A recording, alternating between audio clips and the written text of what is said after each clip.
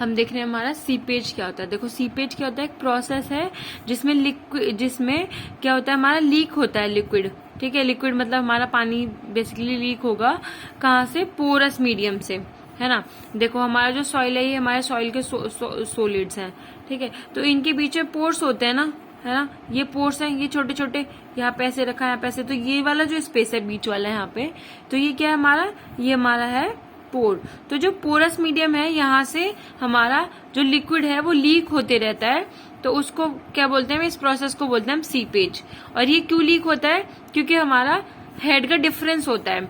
ठीक है, ये किधर से किधर जाता है, हाई हेड से लो हेड की तरफ जाता है। ठीक है, तो इसकी वजह से क्या क्या प्रॉब्लम देखने को मिलती है, लॉसेस हो जाता है वाटर रिजर्वायर में। ठीक है, रिडक्शन हो जाता है इफेक्टिव वेट का सॉइल के, अपलिफ्ट प्रेशर हो जाता है डैम के नीचे, पाइपिंग फेलियर हो जाता है। तो ये सब फेलियर्स देखने को मिलते हैं एक तरीके से।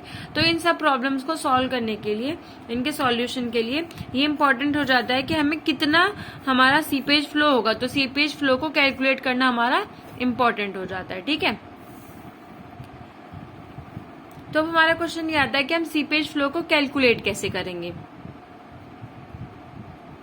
तो सीपेज फ्लो जो होता है वो कैसे कैलकुलेट होता है, with the help of flow net. Flow net की हेल्प से हम सीपेज फ्लो को कैलकुलेट कर लेते हैं। ठीक है, अब फ्लो नेट क्या होता है, क्वेश्चन ये, फ्लो नेट क्या है, ग्राफिकल रिप्रेजेंटेशन होती है। ठीक है, किसकी रिप्रेजेंटेशन होती है ग्राफिकली, कैसा पाथ है उस पानी का या उस लिक्विड का। ठीक है, जो सीप कर रहा है, जो चीज हमारी सीप कर रही है उसका पाथ कैसा है ना, उसको अगर हम ग्राफिकली बना दें तो हमारा क्या बन जाता है, फ्लो नेट बन जाता है। इसकी हेल्प से हम सीपेज कैलकुलेट करते हैं अपना, कितना सीपेज फ्लो हुआ।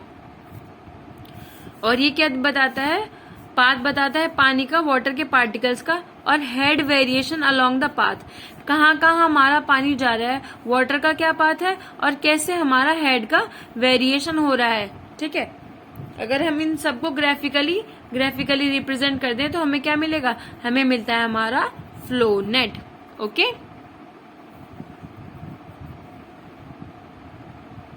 जो हमारा कॉन्सेप्ट है फ्लो नेट का, किस पे बेस है, लाप्लास इक्वेशन पे।